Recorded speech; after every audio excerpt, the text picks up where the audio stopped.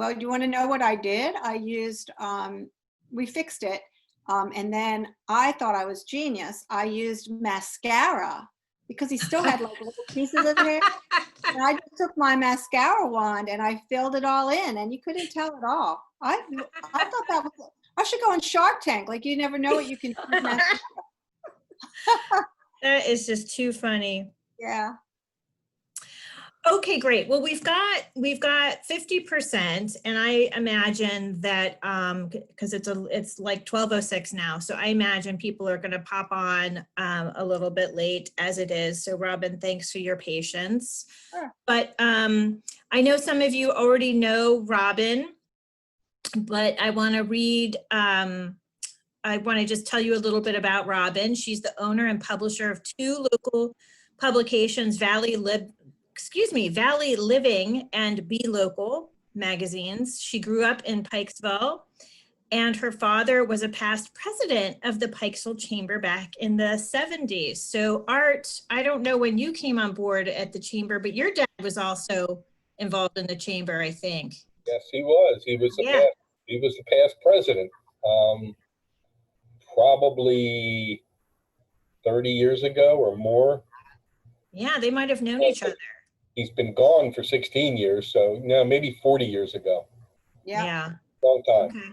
Same with my dad. Yep. Wow. And they met in the old, wasn't it the old Oddfellows? I have no idea. I had no idea. I can tell you, because I sometimes used to go. Who was your dad? What was my dad? Is my dad's name? Who was your dad? Richard Moses is his name. Okay. But yeah, they used to meet. It was Bonded Jewelers, and before it was Bonded Jewelers, and then it was Jay Brown who moved, but it was the old Oddfellows Hall in Pikesville at Old Court Road, right next to the Crown Station. That's amazing. Okay, so that's my history. That's all I know. That's all I can help you with. Okay, so I will get back to Robyn's bio here. She's been married 33 years to her husband, Brian. They have 2 children, Robbie, who lives in LA and works for Apple Music, and her daughter, Lauren, is 27 and is engaged to Jordan. They both live in Charlotte.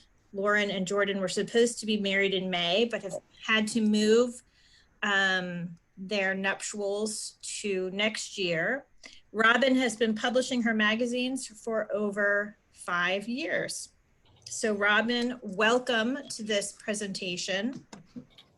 Thank you very much. Thank you for presenting. Welcome all of you to the presentation, and we'll go ahead and start when you're ready. Okay. So I put together a PowerPoint, and truth be told, I don't love PowerPoints myself. So it was difficult to try to come up. I didn't want to have little cards in front of me and just read in front of everybody. So I did a bunch of research, and what I really wanted to give you guys was a little bit of past history of marketing strategies that in the past during a down economy. So I wanted to share some of that information with you, and then moving forward. Some strategies and some things that you can be using now. And then I think, we'll take, so that we can break it up a little bit.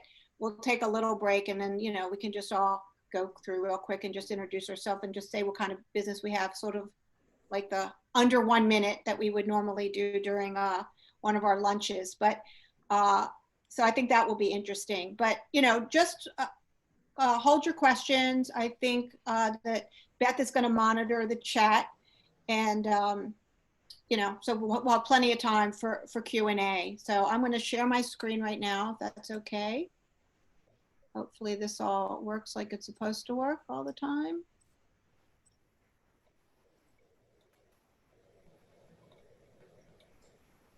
Okay. There we go. Can you see it? Yes.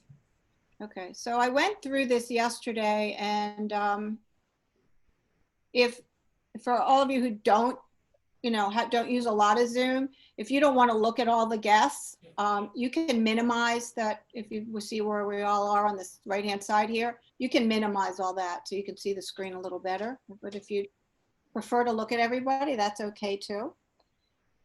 So when Beth reached out early on about putting these webinars together, yeah, I really thought long and hard about what I would want to talk about. So for me, I've been publishing magazines for as Beth said, over 5 years. And so I think that there's some interesting new strategies and things that we can think of for our new normal. One of the quotes I came up with that I found that I thought was really fascinating was, when times are good, you should advertise, but when times are bad, you must advertise. So I thought that really kind of sort of set the tone for what we're going to talk about. So I am just going to kind of read through them. I think it's really the only way to do this. And, you know, obviously, if you have things you feel like are relevant to that particular slide, certainly chime in. This is very low key.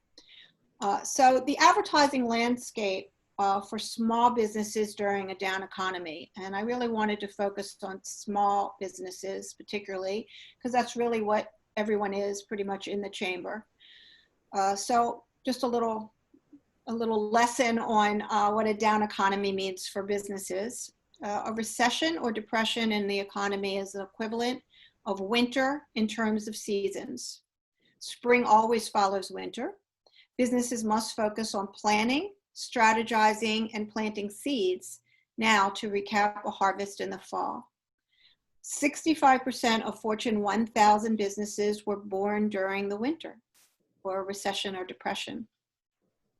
Seasons of economic turmoil signal the fight or flight reaction from business. Smart business owners must consider, how do I want to merge from winter into spring? So here's a little bit on what the fight response is, or retreating. So that involves slashing nearly all your expenses, including marketing and advertising. In the aftermath of the 2008 recession, ad spending in the United States dropped by 13%. Business owners who cut ad spending lose a significant share of mind with consumers, potentially losing current and future sales. The cost to regain a share in the market can cost 4 to 5 times as much as cuts saved. I thought that was a pretty interesting statistic. As opposed to the fight response, that involves capitalizing on opportunities presented during a downturn.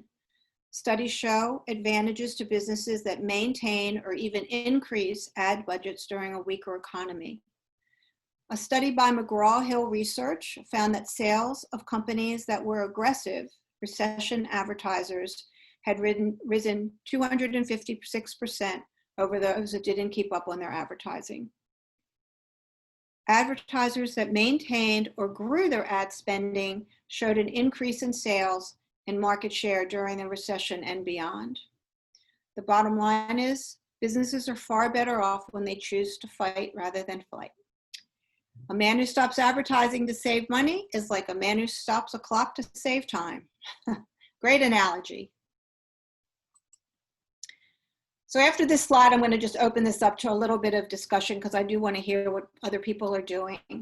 So one of the statistics that I came across was in post-World War II, and in every recession we've had since, businesses who maintained or grew their ad spend showed an increase in sales, profits, and market share. Opportunity to gain share of voice when competition is cutting back is huge.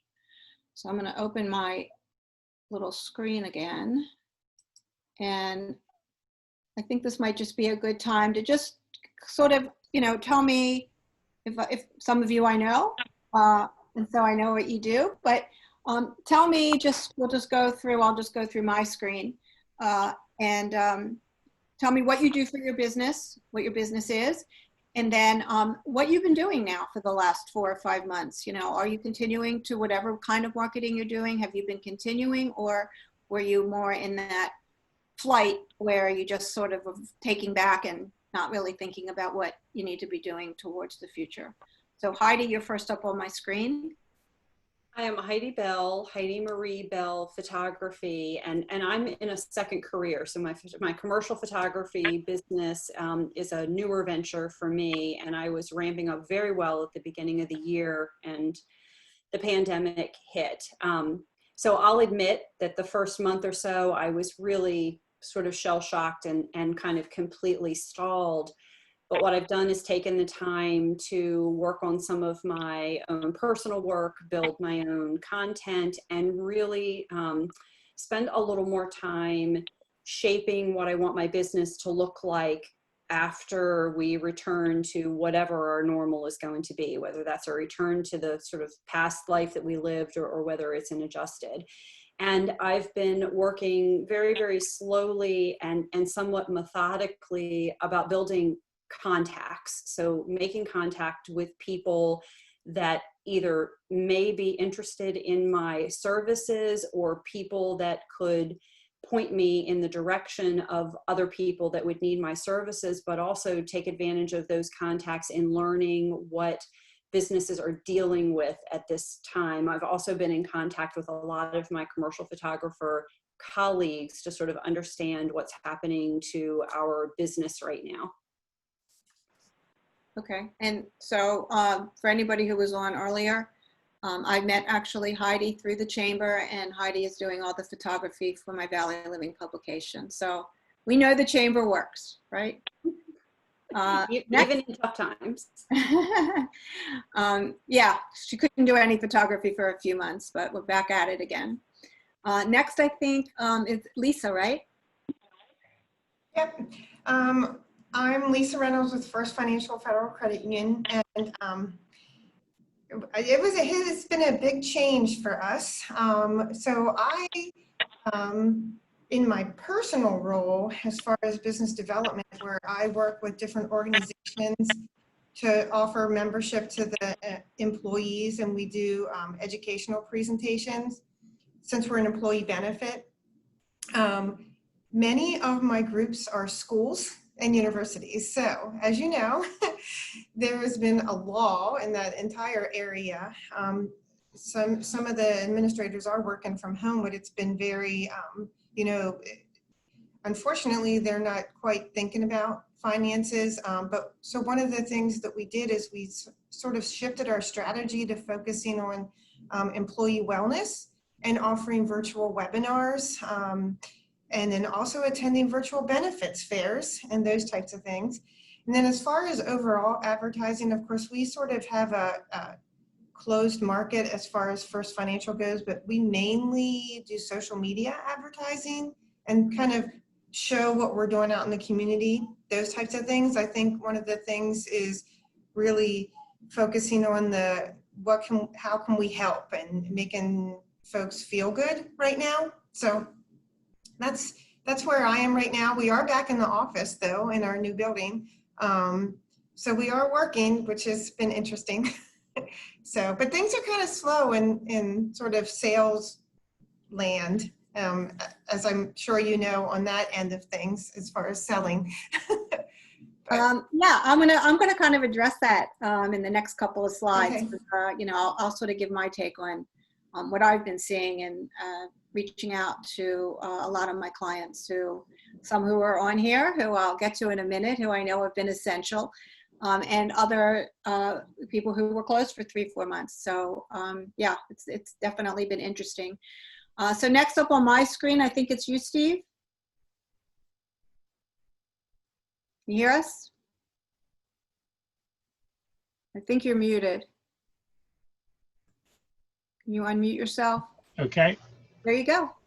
Yeah, Steve Goldberg, your communications company. We do voice and data communications. And prior to all this happening, we promote work from home and job sharing, so that we have clients that we talk to about being able to work from home before this fun time happened, and which in the past showed 18% more effective, worked harder, longer, took no negativity or sickness into the office place. So we found that, and also job sharing, where you go in 2 days this week, 3 days next week, that kind of thing. So when this fun time hit, needless to say, we were a little busy initially, because we had people that were thinking about or not thinking about people working from home, getting them set up and that type of thing. And then things just went very slow because we had we do a lot of service work as well as new stuff as well. And a lot of companies, needless to say, closed their doors. So people weren't there for us to do any work. And then 90% of our business is referral business. So we don't really advertise much at all and haven't for many years. I've been doing this almost 30 years, or actually longer than 30 years. And we have about a 98% persistency of clients to start with to stay with us. So we don't do a lot of advertising, and things have picked up. People going back. We've done some work where Sprint was bought out by T-Mobile, and we were going in retrofitting some of the stores. And then we got some of those canceled since the stores aren't there anymore, because people went shopping for free during the riots, and they destroyed a lot of their stores like that, which is pretty stupid because they can't use the phones or the tablets they took because they can't get them set up online. But you know, business right now been picking up, and we're getting busier, and people are seeing that they need to have contingencies for things that happen, not just the pandemic, but storms, hurricanes, power outages, things of that nature. Thanks. Okay, so Art, I think you're next. So I have, first of all, unmuted myself. We are a commercial real estate brokerage and management firm. First of all, we are B2B, so most of the readers of most publications don't need our services, at least as consumers. They may need them if they own businesses. And most businesses probably need our services once every 5 or 10 years. So we are not an advertiser. Most of our, well, I'm going to distinguish advertising and marketing. We're not an advertiser, but we do marketing. We need to be doing it much better. My challenge, as I've seen it, has always been, I don't need to meet more influencers. I don't need to meet more referral sources.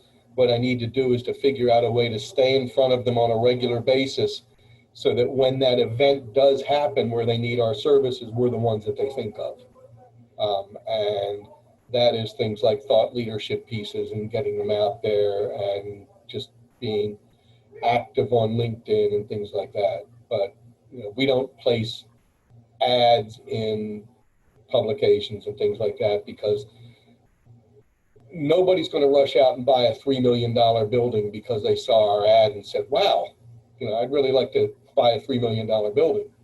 What I always say is, you know, I can sell you a Cutco knife that you don't need for $45. I can't sell you a $3 million building that you don't need. So look at it as marketing, not advertising. Okay. Next. Next. The only other thing I would say is our problem is going to, you know, our slowdown is going to be reflected in January, February, March of the coming year because our sales cycle is very long. You know, a really quick deal would be 6 months from the time we find the need to the time it gets done. We've had deals that have taken 2 years, 3 years, 4 years. So it's the stuff that doesn't get started during the pandemic that's going to come back to haunt us 6 months to a year down the road. That's our challenge. Okay, thanks for sharing. I think I've got Mrs. Harris on the line. I think Dawn's still on the line. So we'll go to Dawn next. Sure. So my name is Dawn, and I'm the office manager for the Joint Chiropractic. And for those of you who are not aware, the Joint is located in the Founder Road Shopping Center. So we've actually been pretty blessed to have remained open even during the COVID. You know, we were considered to be essential, so we were open. However, you know, our numbers had reduced, you know, because of people, not wanting to come in. We were considered essential, which was great because what that did was reduced people from going to the ER. So that was good. So our marketing team, along with our corporate, they have been strategizing to, keep us moving and to keep us growing by offering free visits and certainly keeping our social media platforms alive. So that's pretty much our story. We did take a hit during with our revenue, but thank goodness we are moving in the right direction now. Congratulations. Mrs. Harris, you there? She there, Dawn, do you know?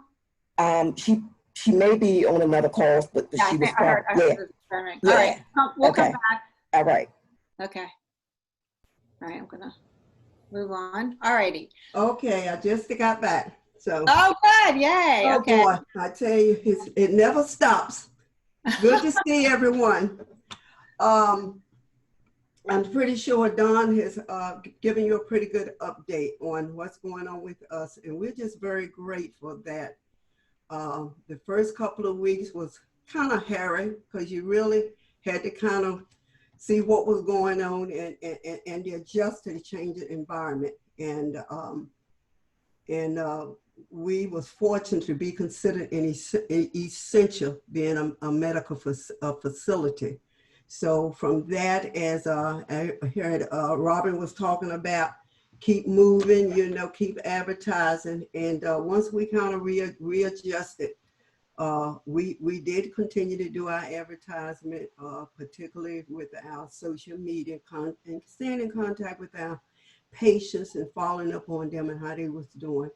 And things is moving forward. And it's our hope, and we're working hard to continue to move forward. And I heard part of what some of the other members have said, and it was very, very good information and very encouraging to hear how well you're doing. Thank you. Thank you. All right, we're going to move on to the next slide here. So let's talk about the reason I wanted to do that little introduction in between those two slides, because we heard from all different types of businesses, and some have struggled more than others, and some look like they're really coming back. And that's pretty much what I've heard in the last 4 months in just reaching out to probably about 50 or 60 clients.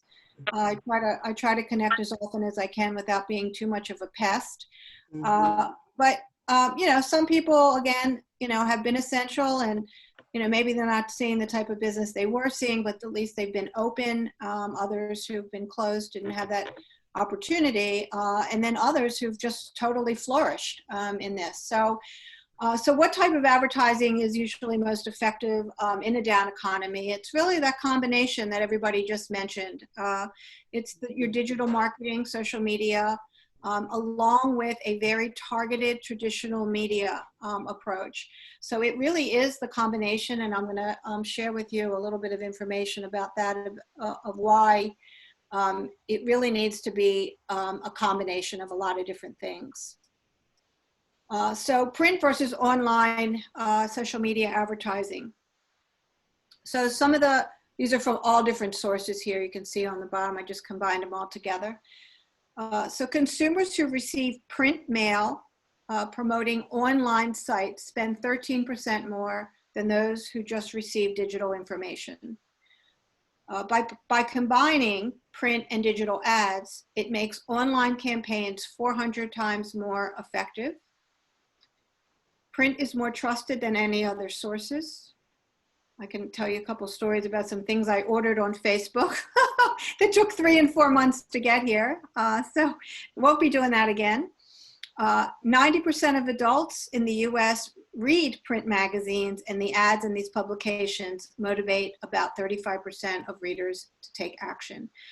So it really is that combination that a lot of people find to be the most successful. If you're looking to brand your business, if you're looking to get that name recognition, you have such a blip on a screen when you're doing social media, and of course it's going to be repetitive. But there is a difference in the length of time that somebody will take when they're actually looking through something that's print, and just it just helps that part of your brain to just put all the little connectors together of what that business is. So here's some advertising or some messaging and strategies for this time. The first one is, don't be afraid to address the economy in your advertising messaging. I've been telling that to every single client. Be truthful, talk about what it is. There isn't anybody in this world right now who doesn't know what kind of mess we're in. So just avoiding it and trying to just make everything sound like the world is great isn't really necessarily the most effective thing you can be doing. Customers are looking for good deals.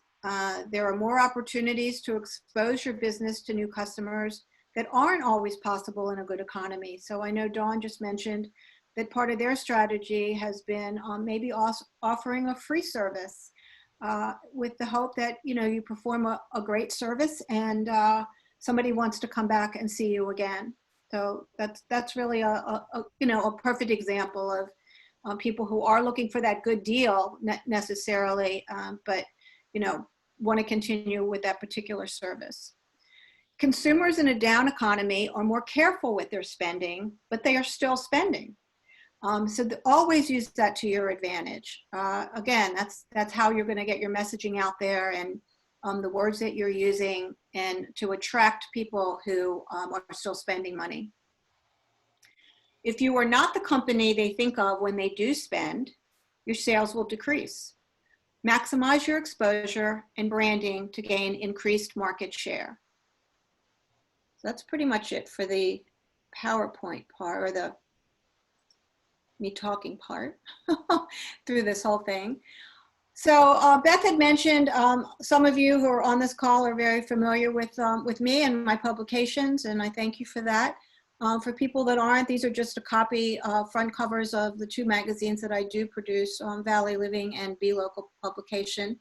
And I thought to tie into this, I wanted to show you what I think, for me personally, are really good examples of very simple, clean ads. What I try to express to people all the time, with it, whether it's in their social media that we provide to them or through the print, is the less words, the better. What people really want is a visual, and they want to just be able to see what your service is. I thought this was one in particular, is happens to be their newest ad, but I mean, just looking at the lake and the fact that, you know, none of us have really gone out to dinner at all, or if you have, it's been very limited. To me, this is a very inviting way to look at it and go, wow, that's exactly what I want to be doing with very few words. The other examples I wanted to show you, again, were just the simplicity of, again, not using a lot in your description. And this one for this Lorraine's cleaning service, I love in particular, because when I look at this, I see the blue. That's really what you want to see, is just all of the blue. And when you look at Lorraine's cleaning service and then you look at the folded towels, you don't need a whole lot more information to be able to convey what that service actually is. So then at the bottom, it's just basically their contact information. But again, just so clean, so simple. The other example here, I used in particular, just to bring home a little bit of a point. The best forms of advertising involve children and animals. People will spend a lot more time looking at your ad if you have kids or animals in there. And I guess it's just because we just want to look and they think they're cute. This particular business happens to be a pet supply business. So of course they need animals in their ad. But I just wanted to mention that just if you're thinking, and if you can have kids in there, or if you can throw a dog or a cat in, the visuals and the lasting power of your ad will just last a little bit longer, because people will look at it a little bit.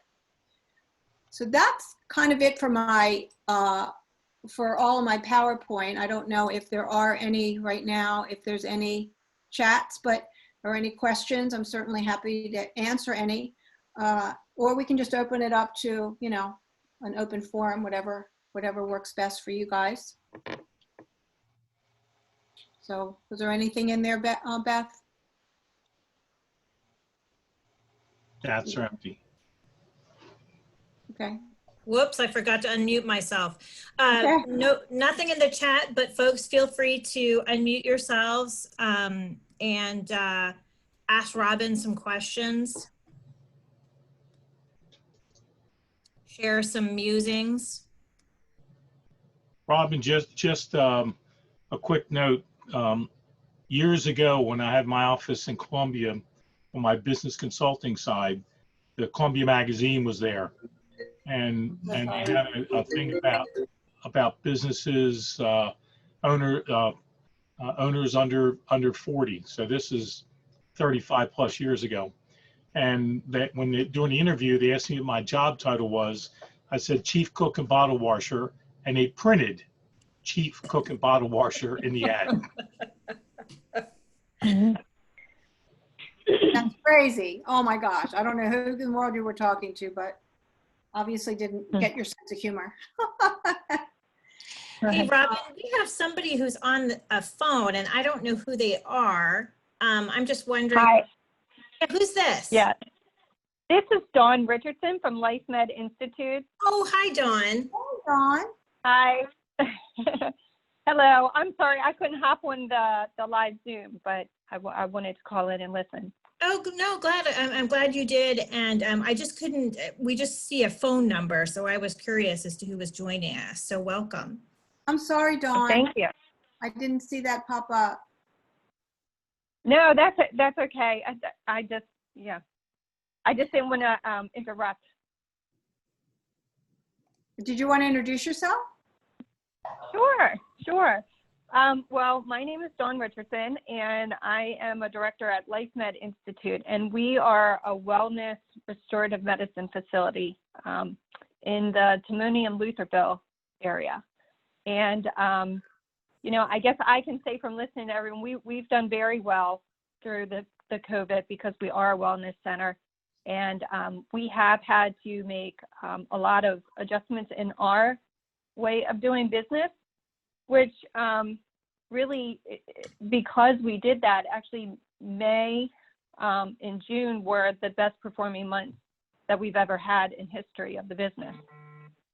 So we've done a lot of adjustments too, and I think that we're all going through this together, and it's just creating different touch points to your clients that really make the difference. That's a great point, Dawn. I think that that what you just said, the fact that you had two of your best months in a time, even though you certainly were essential in what you do, but that doesn't mean a lot of people were coming out. And No. So if you were able to get those touch points out there and sort of follow along with what some good strategies are to market yourself and just keep yourself relevant.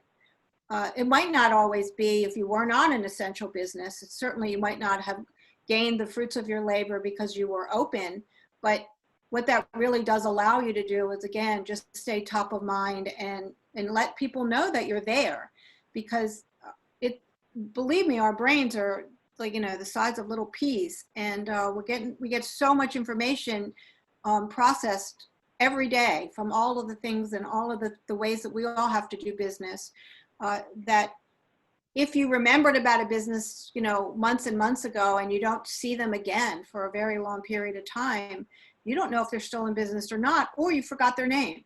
So you can't get in touch with them even if you want to.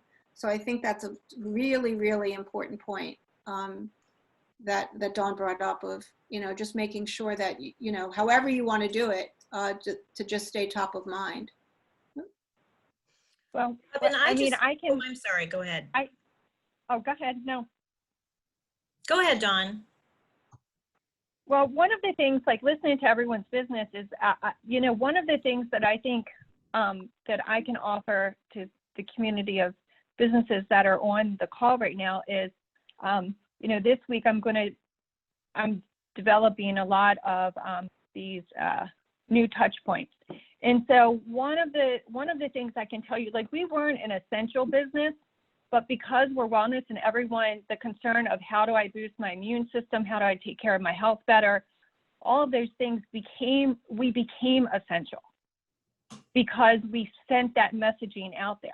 So we created the sense of urgency during a time that people actually they were really, really even more concerned about their health and wellness.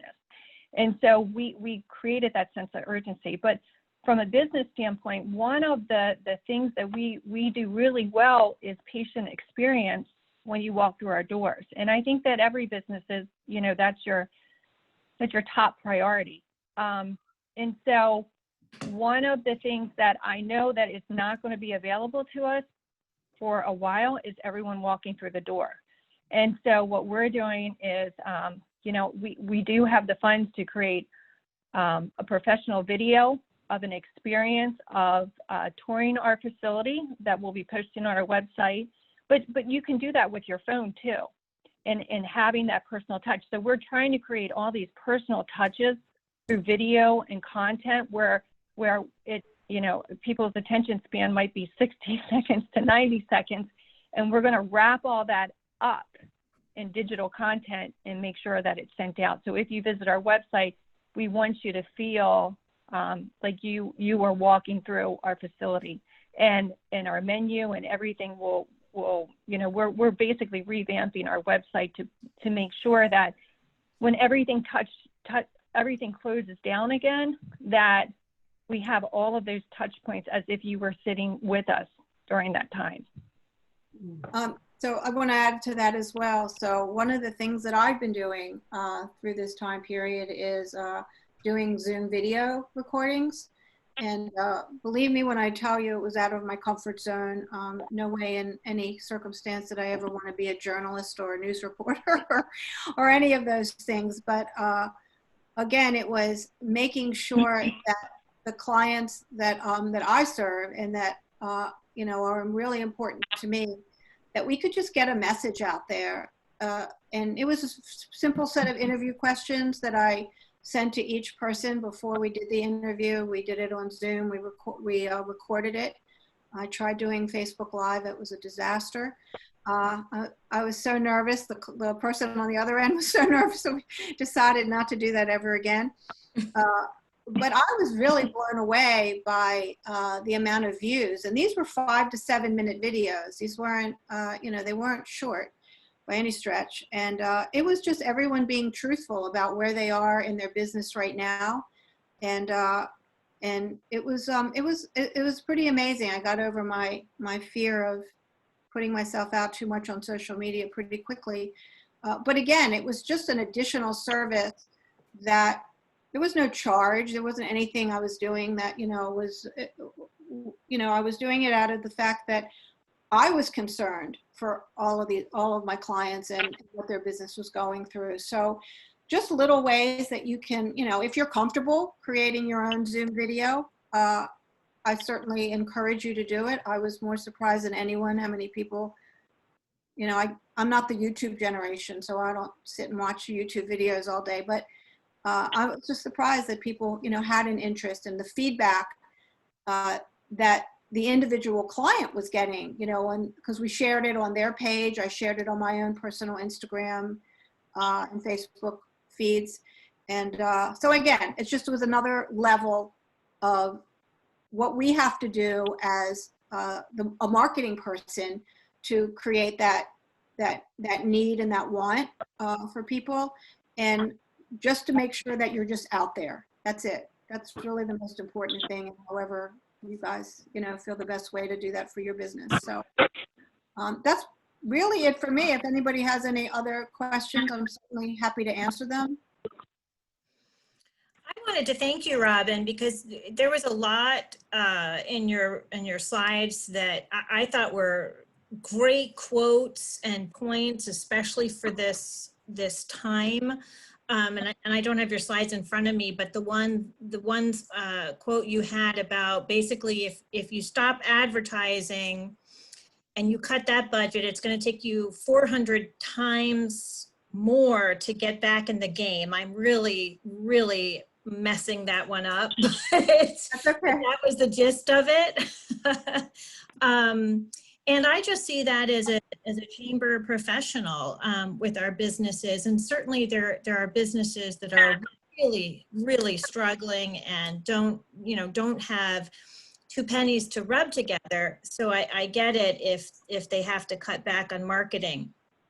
But like you say, I think that if you can avoid that at all costs, because it's going to cost you so much in order to get back to what Art said, and that's just being top of mind for consumers. And that's what marketing and advertising does for us. It keeps us top of mind. And I would just say, as a little chamber plug, what we do as a Chamber of Commerce is we really want to be here for those small businesses that maybe can't afford to advertise in the Baltimore Sun. I mean, we can't afford to advertise in the Baltimore Sun. Those ads are so expensive, but we provide marketing opportunities. We are supporting our members via social media for free. Members have an offer or want to put something out there. We will post it to Facebook for free. And we're doing these Zoom presentations to support our members so that they get more exposure. And, Don, who was on the call from LifeMed, was talking about just, sort of being there for folks and pivoting as necessary. What came out of COVID is we started doing these Zoom presentations, and I think we'll stick with them even when we, are able to network in person, which I can't wait for. This is still a great way for our members to share their expertise, and then we can record it and we can share it with everybody. So, like you, Robyn, I think that some good things have come out of this. And your point that so many businesses come out of and are created during these depressions and recessions, it's a really good point. I'm going to just share with you a couple of I think really interesting stories that have come out of this through in Valley Living. And obviously we weren't doing our typical front covers. We weren't doing things. So I had to reach out to the community at large a lot. The amount of content that I was receiving just blew me away. How many people responded because they were home, they had the time. And we were able to focus on several different, actually I have about 5 or 6 different businesses that we're going to be featuring over the next few months. And 2 are very existing businesses. One was National Photo, and the other is, I'm going to mess the name of it up. It's a shade company, lamp and shade company. Crown, I think. I can't remember the name of it. Anyway, they completely turned their business around to make PPE equipment. They're residents here in the community. They reached out to me and said, we're not doing really much photography anymore, but what we are doing is we're making face shields. Because they had the kind of plastic, I guess, that you could use, that they would normally use for their photography things. They could make face shields. And the other business was the lamp and shade company, and they were making all of the, the other types of equipment, the body, body material, things that, uniforms, I guess, that you need to wear. 3 other businesses reached out to me. One is 3 young men who were all in college, their freshman year. Who started a business when they got sent home from college. It's called Clock and Task. And so they're kind of an all-around errand running service. If you need your pharmacy, if you need food, if you want them to pick up a meal at the restaurant, whatever it is you want them to do, you can give them 10 different tasks to do rather than going to DoorDash and this one and that one and Uber Eats and wherever. They'll do, and these are 3 18-year-old, young men, and 2 other stay-at-home moms started in-home businesses. Excuse me. Both, I believe, selling on Etsy, and they just were bored and needed to find something to do. So, excuse me. So it's very interesting to me as I've been following this to see the brain power and what people think of when they really have the time strategize and come up with something that, you know, if you're creative, if you have a drive to be entrepreneurial, and how many of these businesses are going to succeed after the fact. So yeah, so, you know, to me, it's always been about, you know, how do I tell people stories? And it's always fascinating to me. And the amount of really unbelievable people who are doing incredible things right now is pretty impressive. So. All right. You there, Beth?